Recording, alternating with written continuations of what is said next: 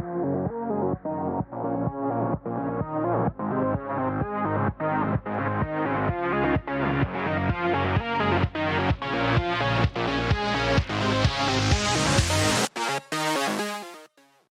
everyone, welcome back to another YouTube video. Thank you for clicking.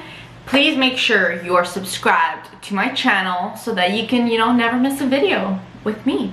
But yeah, anyways, all to say is today's episode is on diversity and inclusion. Now, if you've watched my YouTube videos in the past, you know that I'm all over the place. I always kind of like find this one subject that I'm passionate about and I put my camera on and I'm like, I want to talk about it. So, I mean, diversity and inclusion is something that is somewhat taboo to talk about and kind of like a little bit controversial, which is hard because you don't want to talk about it and like, say the wrong thing, but at the same time, like as someone who's a minority in this industry, it's definitely something that I wanted to get off my chest, which is why I'm making this video. The real reason why I kind of decided to be passionate about it was yesterday I was just thinking about kind of like all the things that I face daily because I am a woman in the industry, and I just kind of wanted to do a little post about it, which is why I posted on LinkedIn about my issue with diversity and inclusion, like push that I feel like has been there for many years, but like now I see it even more and more kind of like being shoved down everybody's throat.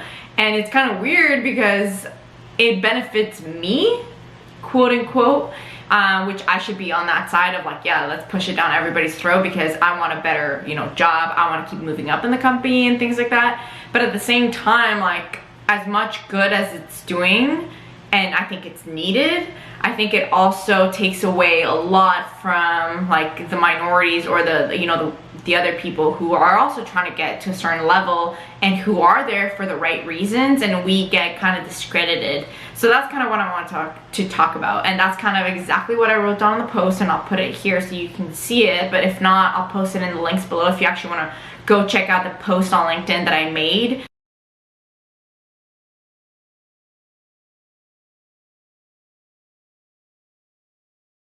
About almost 100,000 views and like almost 200 comments, and the comments are so good. Like it was one of the best posts where I can read through people's comments and be like, so much value was given back, and it felt like I wasn't the only crazy person that thought this way.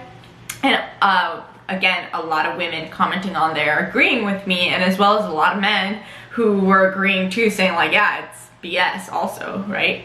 So the main reason I wanted to talk about diversity and inclusion is because this week I went to visit some customers because now I'm in sales.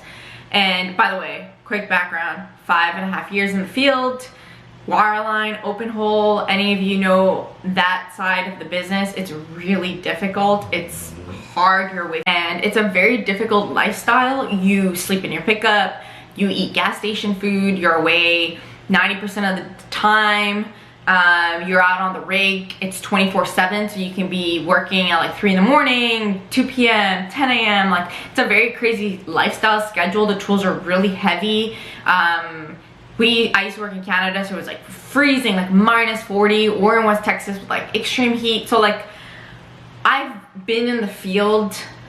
Like I said in my post, I've ate dirt. I feel like I've earned a lot of my stripes, and I've earned my place where I currently am now. And I think sometimes it bothers me because I'm discredited when people don't know me and just like judge and assume that I am, a sales engineer just because I'm a girl, and obviously they would want a girl in sales, and then just kind of like quote unquote, that's why you're here. Also, I think what's difficult too is through downturns, a lot of the times, I'm assuming based on quotas and based on numbers, a lot of companies will lay off depending on how many women are left on the team, how many, Black, Hispanics, Asians are on the team, right? Because that's the whole part of diversity and inclusion. And I think it's important, obviously, because if you have management who only want to hire and keep the good old boy club, or like the people who look like him, then yeah, that's a problem. And these stats and kind of like the diversity push of inclusion helps to keep the minorities in the team. But at the same time, I think it's really difficult because, again, a lot of the times you may keep someone on the team just based to hit a number, but they weren't qualified for the job as much as the other people. So that's unfair.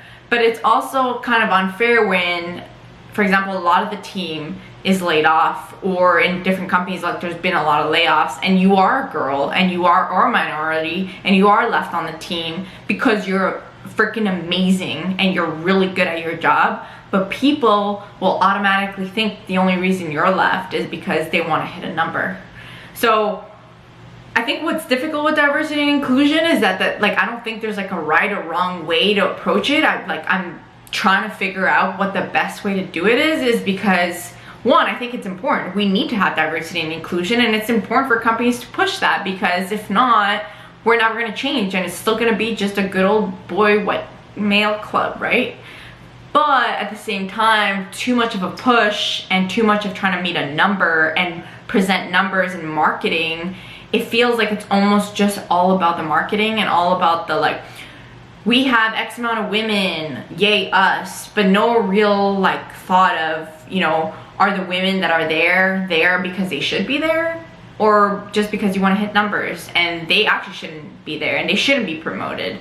So I think a lot of the comments that I saw on LinkedIn, and I totally agree with, is we need to just start hiring and promoting based on skill and based on how good or bad someone is at their job, and stop focusing so much on it's a girl, she's Latino, she's black, she's Asian, XXX, and just like, are they better than everybody else? Cool, okay, they get the promotion, right? So I think this whole like gender bias thing is really difficult, and I don't know what the real answer is, obviously, and I just kind of wanted to start the conversation because, again, it's a very controversial subject because people are kind of worried to say what they really think. I mean, think about it. Like, I'll give you an example. Let's say you are a male and you are the hardest worker on the team. You're like the best. And here you have like another girl who, you know, isn't that great, but you know, she's okay. And then here comes, you know, the promotion at the end of the year where like someone's gonna take over leading the team, and they look at all the numbers across, you know, the country that you're in, and they say, we don't have enough, you know, women managers. So let's put this girl, who obviously everyone knows isn't great, but it's gonna make us look good, and then we can, you know, go to the public and say, you know, 20% of our women in X country are leading managers, and then the company looks great, but everyone that's left in it, it doesn't feel good, and then you kind of start hating the woman, and then you kind of just assume that all the other women who are getting to those levels are that exact scenario. And then two, if you are the male who you know you're way better and way more qualified and you didn't get the promotion, you can't really say anything, and if you do, you're gonna get a lot of backlash because you're going against diversity and inclusion, which is such a like push topic nowadays. It's like anyone who speaks against it, you know, you're gonna get in trouble, or you know, people aren't gonna agree with you. So it's really difficult because, I mean, I'm in the middle. Like, of course I want diversity and inclusion. It benefits me. At the end of the day, it benefits me, but it also takes a lot away from what I've done and kind of be respected for who I am versus people just assuming. And I mean, a lot of it too is once people get to know you and they get to know your story and they get to see that, oh, okay, this girl's really good and she's here because she clearly deserves it and she's a hard worker, then cool, yeah, people start respecting you more. But it's difficult for everyone around you to really know your story and know where you come from. So there's a lot of judging, and I just kind of like been feeling that lately where, of course, I'm in sales, and there's a lot of women in sales who just kind of get the job without really any experience and without real like oil field background, solely based on the fact that they're a really pretty girl and they can sell. So do I blame those companies? I'd probably do the same thing if I was one of them, right? Get really pretty sales reps who are going to increase your sales. Let's do it. And that's fine, but I think it really kind of like takes away from like the ones who've like worked their butts off, who ate dirt, like I said, and who've gone there through years of like building up their careers to then kind of be compared and be put in the same boat, right? So I think that's kind of like the only thing that like I don't like. And I mean, it's fine. I don't care what anybody does and who you hire, and if that works for you and that increases your sales, good. I know a lot of the girls too, and they're really good and they are good people and I like them. And that's why I don't want to take away from them kind of getting into that job because of that. But at the same time, it kind of like hurts me on this side because then I'm just associated with, you know, kind of just selling because I'm a girl. So that's kind of what's been on my mind. We are in 2020 and I think you would think that we would be a lot better now with kind of with our numbers in this industry, and we're not. I mean, I'm always the only girl on location, in a meeting, in my own team, things like that. So I know that we have a problem and we need to bring more women in and more diversity, but at the same time, how do we do it the right way? And that's kind of my biggest question, because I don't think anyone has the right answer. I don't think any companies are doing these numbers and stats to hurt anyone or to be bad people. Like, they're obviously doing it for the right reasons, to increase more women, because we want more diversity in this industry, because we do bring a lot to the table that, you know, men don't bring. And it's better to have a team that has a little bit of both. And I don't think anyone is against that, you know, like I don't think there's anyone against like, oh, we shouldn't have, you know, 3 girls on this 10-man team, like we only want 10 men. I've never really met anyone else from the other side, like a guy saying that, because they usually will say like, no, we actually want a girl on the team. You guys think differently. You guys bring something else to the table. So I don't even think it's like men versus women. Like, if anything, I've always felt that men were way more supportive than women, to be honest. So I don't think it's a human problem. It's more of like how it's pushed, and you may get burned by having a girl get promoted versus you, and then you assume everybody else is there because of that. So I think it's just a really difficult subject, but I think what I wanted to do, and I'm really happy I did, and I posted it on LinkedIn, is that like we just need to have these conversations, because no one should be feeling like they're scared to talk about this and like get fired or get backlash. Like, we need to have these conversations so that we realize like, oh, this is how employees feel, oh, this is how management feels, and things like that. So comment down below what you think. But yeah, I don't know what the real answer is. And like, even here on YouTube, when I've uploaded videos on like Oilfield or being in Midland or working in the field, I'll always get like a lot of comments from guys kind of like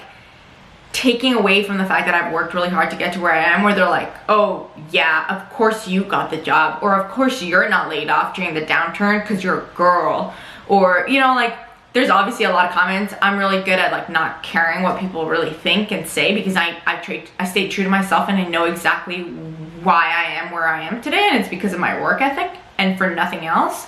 But it is like, it is annoying a little bit to always be judged based on my gender and not kind of what I bring to the table, you know? So yeah, and to be honest, like lately I've seen a lot of just like several people come to the light to talk about diversity and inclusion, and it's just not done the right way, I think. And it's really pushed upon companies to like, if you don't join the movement and you're not doing this and you're not part of this conference and you're not part of this club, then, you know, you're not for women, you know. And I think a lot of the women, like, we always look into them, we're like, we don't want all that attention, like we actually don't want to do any of that crap. Just judge us based on our merit and our skills, and we're good. And on my last note before I leave is, I think, in my opinion, best way to get this diversity and inclusion going is by starting really young. This starts at like your house. It starts with your own kids, and teaching kids that, yeah, sure, like there is a difference between men and women. Like men are a lot stronger. You can't do a lot of things that women can't. Men can't have a kid in like 9 months of pregnancy and things like that. Like, obviously we are different people, but I think it's okay to start saying like, whatever you want to do regardless of your gender, you can do. And also just start showcasing our industry as more woman friendly, because again, a lot of people and younger people looking into the industry, they think that this is like fully 100% male dominated and there's very little women and they have no say and they have no promotions and it sucks to be a woman in this industry. And I think that's what, you know, the younger generation is looking. And I'm here to say that, like, I've had the opposite. Like, I've had a really good career. I've had really good mentors. I've gotten promoted because of my hard work. And I really do think it's a really great place for women because you have the opportunity to keep moving up in a place where diversity is pushed, right? And people aren't against you all the time unless they've been burnt by the numbers and the stats. So then again, it's really difficult to say what is a right or wrong way, but I'm happy to be in the industry, and I'm happy that when I got hired, it was obviously a numbers thing. Like, for sure, it was a focused marketing campaign to attract more women in oil and gas, and I was one of them. And yeah, sure, maybe they were just doing it to increase our numbers, but I ended up getting in, loving it, learning, working my butt off, and now I'm moving up. So is that wrong because they wanted to increase our numbers? Not necessarily, because like here I am today, and I probably would have never joined the industry if it wasn't for that marketing push to bring women to the industry. So I don't know what the right or wrong answer is, because maybe I wasn't great at my interview, but they wanted to hit a number and they were like, we're gonna have to do her. And then instead of a guy that could have been better than me, I don't know. I don't think so, because I think I'm pretty good. But you know, sometimes we do need to do those things to at least bring diversity and let them realize whether they want to stay or not. Then again, I don't know. I'm going in circles because this is a really difficult subject. So I don't actually know what the right way to do this is, but I definitely do think you need to start encouraging younger girls from a very young age that they are capable to do whatever they want. And just because they're a woman, a girl, doesn't mean that they can't, you know, become a PhD super smart engineer or a surgeon or come in oil and gas and be a driller. Like, there shouldn't be a limit onto what you want to do just because of your gender. And I think as long as we just start promoting more of that, I think it'll kind of work itself out to bring enough people into the industry. So I'll have to say, I'm a minority, I'm a woman, I love oil and gas. It's such a great industry. I know diversity and inclusion is not only a big problem in this industry. Any tech, law, probably medicine too. Like everybody's dealing with their own thing to try to bring diversity and inclusion. And I think we just need to reevaluate kind of how we're doing it and talk more about it and have conversations and see, you know, I'm sure if we all put our brains together, we can come out with the best solution. But if we're not talking about it, we're just never gonna figure it out. And I still have about, I would say 10 years before I retire, because I want to retire early, but you know, I still have 10 years of being in this industry, and I would love to see the change and be part of the change, and yeah, try to do whatever I can to help the industry. So thank you guys for listening to my rant, I guess, and it was just inspired by that LinkedIn post, and it just made me realize how much people wanted to talk about this subject, but everyone seems scared to do so. But at the end of the day, there is no right or wrong answer. Like I said, companies aren't the devil and want to hurt us. I think they're doing a good thing for us, but at the same time, I think we need to reevaluate scenarios and make sure that, you know, there isn't people getting promoted for the wrong reasons. So see you guys on the next video.